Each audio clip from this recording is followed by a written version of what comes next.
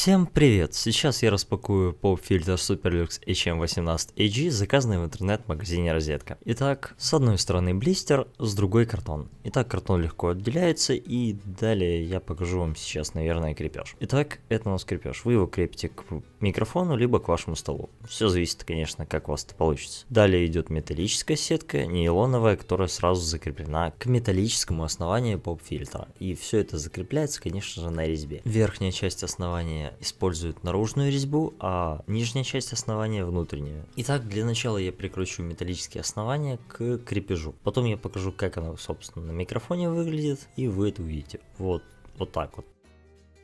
У меня 3 новые, вот так оно получилось. Потом металлическая нейлоновая сетка обладает более удобной в плане прокрутки, ибо в нейлоновой, как вы видите, нижнее основание немного прокручивается именно вся сетка. Но по факту это не проблема, скорее даже износ, наверное, так как я уже некоторое время пользуюсь этим поп-фильтром.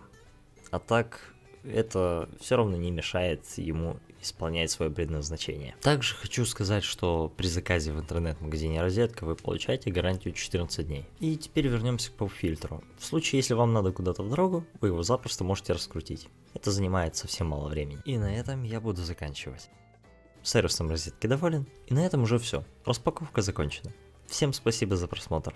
А далее подписывайтесь на канал, ставьте лайки, пишите комментарии и, наверное, смотрите дальше. Здесь конечная заставка, честно говоря, я не знаю, что она вам предложит, но если что-то интересно, смотрите. На этом все. Пока.